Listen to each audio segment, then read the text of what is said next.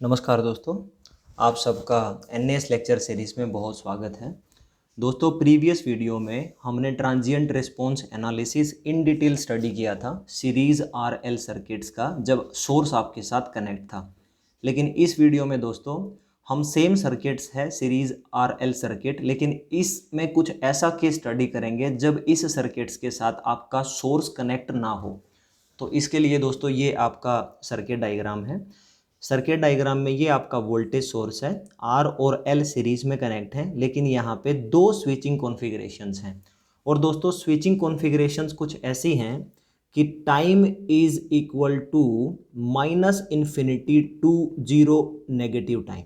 यहाँ तक आपका ए और सी क्लोज स्विच है दोस्तों, यानी ए और सी पॉइंट है वो क्लोज स्विच की तरह है। और इसी के साथ दोस्तों जो आपका बी और सी है ये आपका स्विच ऑफ है, यानी अब सी पॉइंट बी पॉइंट के साथ कनेक्ट नहीं है। तो इस केस में ऐसा जो केस है दोस्तों वो प्रीवियस वीडियोस में स्टडी कर चुके हैं, that is voltage source connected with R L series circuits. दूसरा जो है दोस्तों, अगर मैं टाइम कहता हूं कि zero positive to infinity, right. इस टाइम पे दोस्तों जो आपका ए और सी टर्मिनल है ये आपका अब ऑफ हो चुका है, और दोस्तों बी और जो सी आपका टर्मिनल है ये अब आपका ऑन हो चुका है। तो दोस्तों अगर कोई भी circuits -infinity to zero negative तक काम करे तो वो डेफिनेटली सर्किट्स आपका स्टडी स्टेट्स में पहुंच चुका होता है, राइट।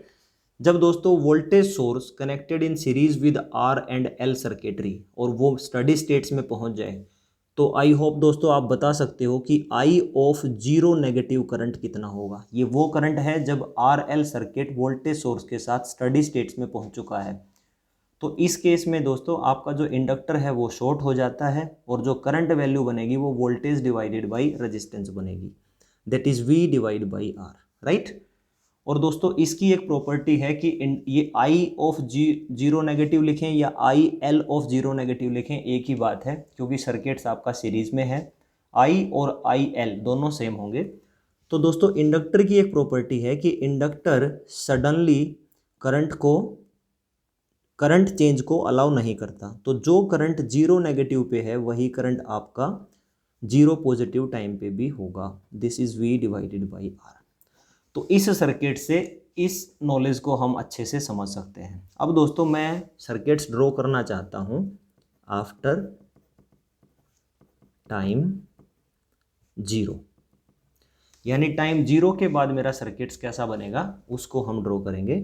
तो टाइम जीरो के बाद दोस्तों ए और सी आपका डिस्कनेक्ट हो जाएगा, स्विच आपका ऑफ हो जाएगा, यानी अब वोल्टेज सोर्स पिक्चर में नहीं रहेगा, और सी और बी पॉइंट आपका शॉर्ट हो जाएगा, यानी सर्किट दोस्तों कुछ ऐसा बनेगा।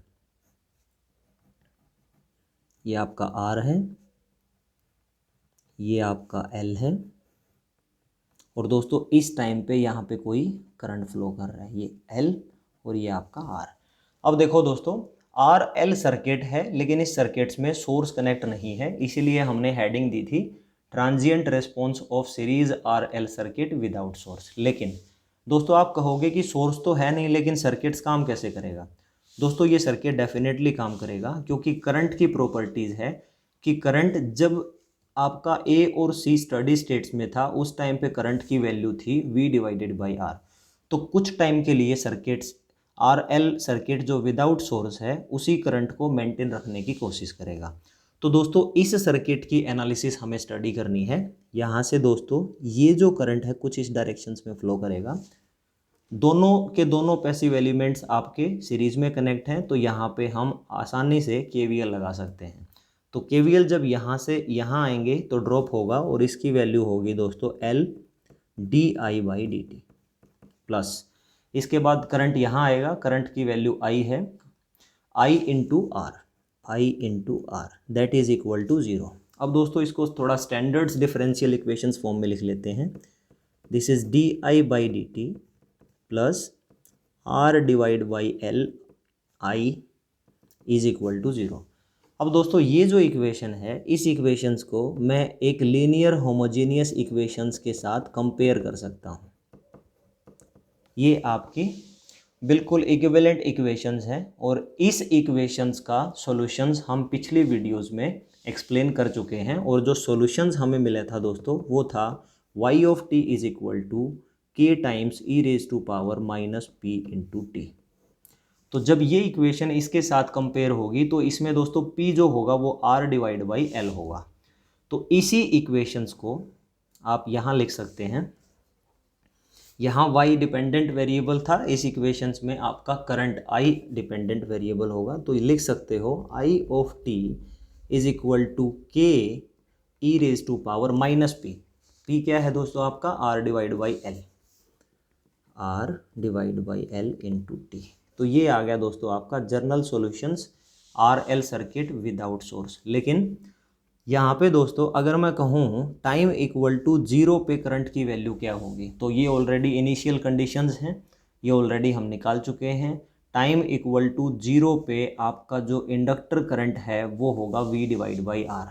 ये वैल्यू दोस्तों आप इस इक्वेशंस में पुट कर दें, V divide by R that is equal to K E raise to power minus R by L multiply with 0 time.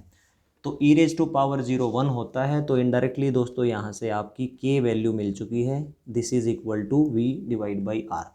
अभी ये k वैल्यू आप दोस्तों इसमें पुट करें तो आपके पास करंट रेस्पॉन्स स्पेसिफिक मिल जाएगा। This is v divide by R e raise to power minus R divide by L into t. तो ये है दोस्तों करंट रेस्पॉन्स किसी भी सीरीज RL सर्किट्स का विदाउट सोर्स। जब दोस्तों इस करंट सोर्स को आप कारो की फॉर्म में रिप्रेजेंट करेंगे तो आपका किस तरीके का कारो बनेगा ये देख लीजिए। ये जो इक्वेशन है दोस्तों ये एक्सपोनेंशियल डीके इक्वेशन है। जब आप टाइम को 0 पुट करेंगे इसमें तो जो आपका I ऑफ 0 वैल्यू बनेगा वो कितना होगा V divide by R, right. लेकिन दोस्तों जैसे जैसे टाइम बढ़ाएंगे, लेट अस से इन्फिनिटी टाइम पुट करेंगे, बहुत लंबे टाइम के बाद आप पता करना चाहें कि RL सर्किट्स विदाउट सोर्स में करंट क्या होगा, कायदे से तो करंट 0 हो जाना चाहिए, राइट, क्योंकि सोर्स तो है नहीं इसमें। तो जब आप इन्फिनिटी पुट करेंगे तो ई रेज टू माइनस इन्फिनिटी हमेशा 0 होता है। तो इसकी वजह से जो करंट है वो आपका 0 एम्पियर होगा, जो थ्योरेटिकली भी बिल्कुल करेक्ट है। तो इसी इक्वेशंस को आप एक कर्व की फॉर्म में एक्सप्लेन कर सकते हैं। ये जो है बेटा ये आपका टाइम एक्सिस है और ये जो है दोस्तों ये आपका करंट एक्सिस है। तो टाइम इक्वल टू 0 पे आपकी वैल्यू कुछ ऐसी होगी और जैसे जैसे टाइम बढ़ेगा आपकी वैल्यू 0 को अप्रोच करती जाएगी। यानी ये जो टाइम है ये है V डिवाइडेड बाई आर यानी मैक्सिमम करंट, ठीक है। तो दोस्तों जो RL सीरीज सर्किटरी है विदाउट सोर्स उसका जो करंट रेस्पॉन्स होगा वो एक्सपोनेंशियल डिके रेस्पॉन्स होगा। अभी दूसरा जो एलिमेंट है दोस्तों वो क्या है, मान लीजिए यहाँ पे आप VL फाइंड आउट करना चाहते हैं, राइट। तो दोस्तों VL क्या होता है, this is equal to L di by dt, right.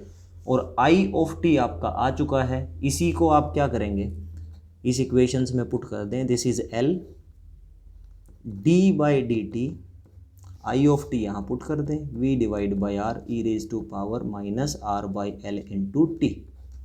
जब दोस्तों इसका डिफरेंशिएशन आप करेंगे तो आपके पास जो VL मिलेगा वो मिलेगा दोस्तों minus V e raise to power minus R by L into t. ये बहुत इंपॉर्टेंट है दोस्तों, यहाँ से हम एक कंक्लूजन निकालेंगे। जब इसको दोस्तों आप कर्व की फॉर्म में रिप्रेजेंट करेंगे तो आपका कर्व कुछ ऐसा बनेगा। टाइम इक्वल टू 0 पे voltage across inductor minus V होगा, ये माइनस V है दोस्तों। और जैसे जैसे टाइम बढ़ेगा दोस्तों आपका वोल्टेज क्या होगा 0 हो जाएगा, क्योंकि इस सर्किट में धीरे धीरे करंट 0 हो जाएगा तो सबका वोल्टेज भी अपने आप 0 हो जाएगा, क्योंकि सर्किट्स हम विदाउट सोर्स वाली केस का स्टडी कर रहे हैं। तो यहाँ पे जो वोल्टेज है वो माइनस V है और ये जो एक्सिस है दोस्तों ये वोल्टेज अक्रॉस इंडक्टर वाला है और ये आपका टाइम एक्सिस है। तो यहाँ से ये कंक्लूजन निकलता है कि जब कभी भी RL सर्किट्स किसी वोल्टेज सोर्स के साथ कनेक्ट है और at a time voltage source disconnect हो जाता है तो करंट की डायरेक्शन हमेशा सेम रहती है। जो करंट रेस्पॉन्स आपको मिला वो यहाँ पे सेम डायरेक्शंस में मिलता है, लेकिन वोल्टेज अक्रॉस दिस इंडक्टर जो है उसकी पोलैरिटी दोस्तों रिवर्स हो जाती है। यहाँ देखा आपने, जैसे ही वोल्टेज सोर्स आरएल सर्किट से साथ डिस्कनेक्ट हुआ उसी टाइम पे जो वोल्टेज अक्रॉस इंडक्टर है उसकी पोलैरिटी रिवर्स हो गई है, यानी उसी टाइम पे यहाँ वोल्टेज -V है। तो ये आप नोट कर लें दोस्तों कि जो इंडक्टर है, इंडक्टर पे जो वोल्टेज अक्रॉस इंडक्टर है उसकी जो पोलैरिटी है वो हमेशा रिवर्स हो जाती है। ये कंपटीशन में भी पूछा जाता है दोस्तों। और जो इंडक्टर के थ्रू जो करंट था दोस्तों, दैट इज I(t), उसकी जो डायरेक्शन है वो हमेशा सेम रहती है। तो दूसरा एनालिसिस फैक्टर हो सकता है दोस्तों, कोई आपसे VR पूछ सकता है। तो VR क्या होगा दोस्तों? VR क्या होगा? This is R times of I आपका ऑलरेडी ये है दोस्तों। जब इसको R से मल्टीप्लाई करेंगे तो आपके पास ये बचेगा, that is V e⁻⁻RL × t। और इसका जो ग्राफ होगा क्या होगा? ये भी एक्सपोनेंशियल डिके ग्राफ है। तो स्पेस हमारे पास कम है दोस्तों यहाँ पे, लेकिन आप समझ सकते हो ये टाइम एक्सिस है और ये आपका वोल्टेज अक्रॉस रेजिस्टेंस है, और इसका ग्राफ कुछ ऐसा बनेगा, एक्सपोनेंशियल डिके। तो ये है दोस्तों इन डिटेल एनालिसिस किसी भी transient response of series RL circuit without source.